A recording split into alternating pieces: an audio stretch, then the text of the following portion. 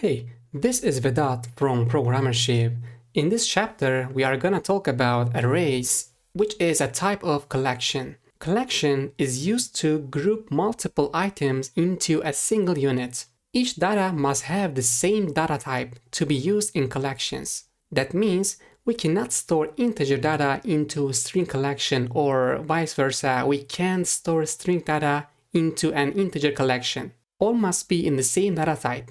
There are three different collection types that Swift provides. These are arrays, sets, and dictionaries.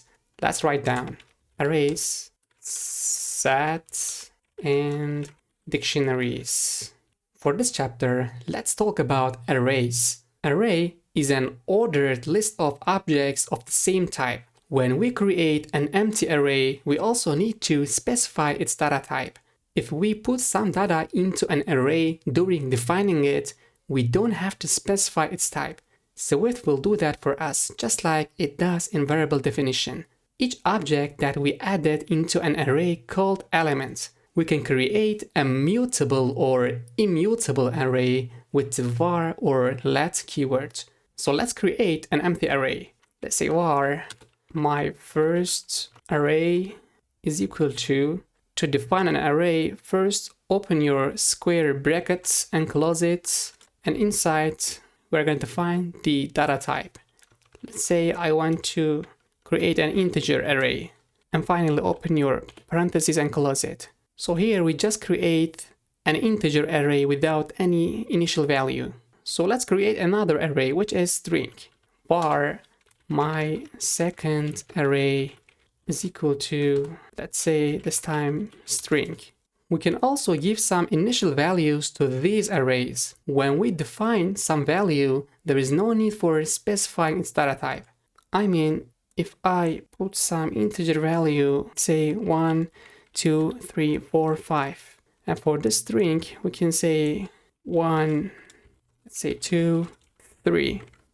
So we don't have to specify its data type, because the Swift compiler will know that this my first array is an integer array and my second array is string array. We can also define an array for a certain size and put default values in it. To do that, there are repeating and count properties. Let's make an example. Let's create another array. Var my third array is equal to, first let's define its type, which is int, and here open your parentheses and close it. Inside the parentheses, let's say repeating, and here we can see it pops up. Repeating means the default value of each element in the array. Let's say 7, which will be my default value, and the count is the size of array. Let's say 10, and let's try to print the my third array and see what is the result. Hit run, and here we can see 10 elements with the 7 default value. Well,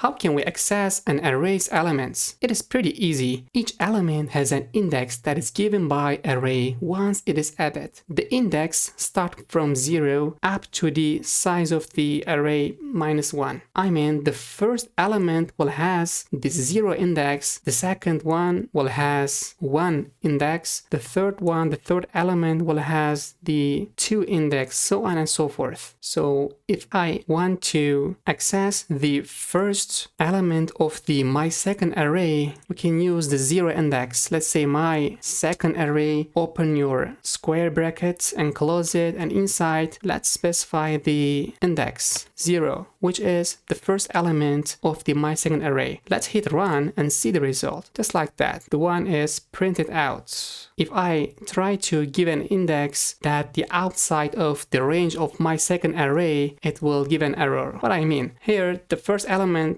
index is 0, this is 1, and this is 2. If I try to access the element which has the 3 index, it will give an error because there is no any element which has the 3 as indexes. Let's hit run and see it gives an error. If I say 2 and print, it will give the last element of the array. There is also a property that returns the first or last element of the array. To return the first element of the array, we can use the first property. For the last element, as you may guess, last property. These properties return the elements in optional type, so we must unwrap it for using. Take a look at that. Let's print the mySecondArray's first element and hit run. Here we can see the first element was wrapped in optional type. We can use forced unwrapping to unwrap the first element of the mySecondArray. Just put an exclamation mark at the end of the first and hit run again. And here we can see the one is printed out without any optional statement. So let's try to get the last element of the mySecondArray. Let's say last, and hit print. The last element will be printed out. There is also a count property that is used to return the count of an array. So let's create another array, but first let's delete this. Let's say var student list is equal to, it will be a string array. Let's define some initial value. Let's say that and add another element. Let's say Mariam, and let's add another one. Let's say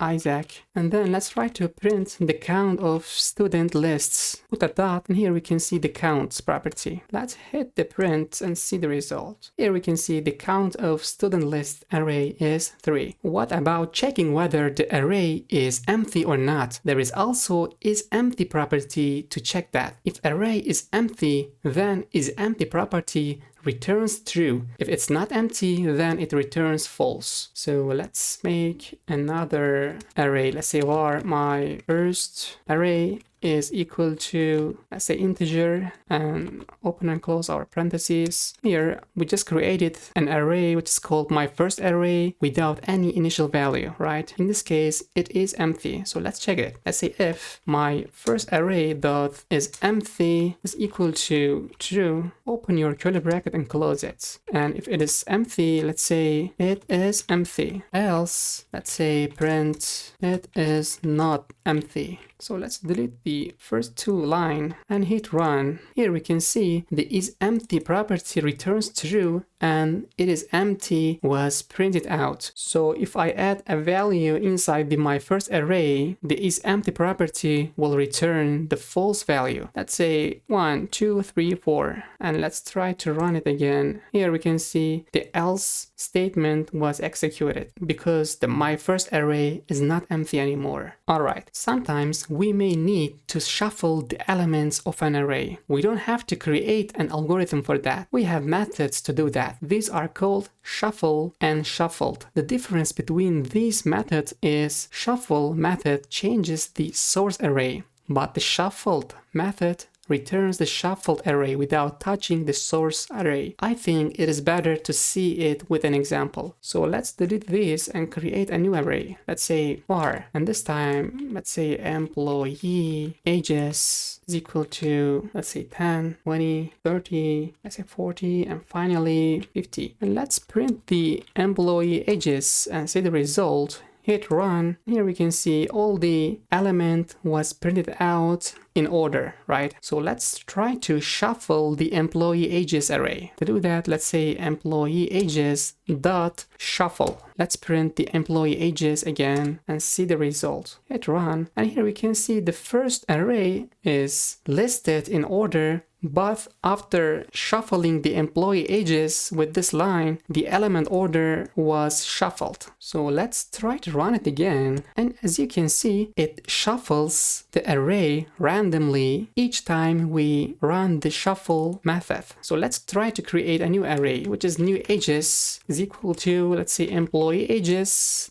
dot shuffle, but this time it will be shuffled, not shuffle. So if we use shuffled method, it will return the shuffled array into new ages without changing the employee ages. But first let's comment this two line and let's print the new ages and see the result. Hit run, and here we can see the shuffled array was returned into new ages. Let's try to print the employee ages to make sure it is not changed. Let's comment this line as well and hit run. Here we can see the first print, which is new ages, was shuffled and the employee ages is still the same. Well, how can we add an element into an array? There is two methods that we can use for that purpose. These are append and insert methods. If you want to add an element at the end of the array, it is better to use the append method. If you want to add it, actually push it into a specific index, then we can use insert method. By using the insert method, the rest of the element from the index that we specified will be moved one spot to the right to allocate a new room for the upcoming elements. Let's see how it works. Let's create a new array. Let's say var person salaries is equal to, and let's say 1000, 2000, and 3000. Here, let's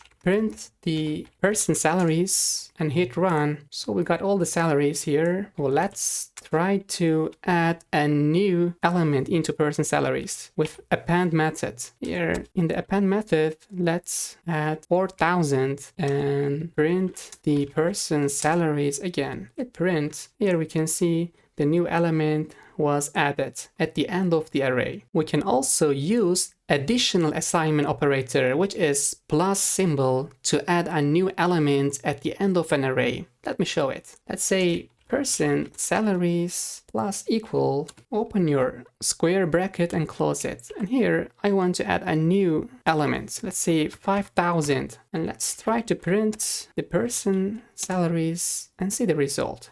Hit run. Here we can see the 5000, which is our new element, was also added at the end of the person salaries array. So instead of this format, we can also say the person salaries is equal to person salaries plus 5000. It is the same, just like that. But this format is more easy to read. Let's add a new salary into a specific index. Let's say person salaries dot insert. First parameter will be our new element, let's say 2500, and the second parameter will be our target index, let's say 2. Here we just try to add a new element into a specific index, which is 2. Let's try to print and hit run. Here we can see at the second index, which is the third element of the array, was changed into our new element, which is 2500, and the rest of the element was moved one spot to the right. I can update an element of the array by its index. Let's change the first element of the person salaries array. So let's say person salaries, open your square bracket and close it, and inside we're gonna specify our index. For the first element, we must use the 0 index, and it is equal to, let's say, 1500.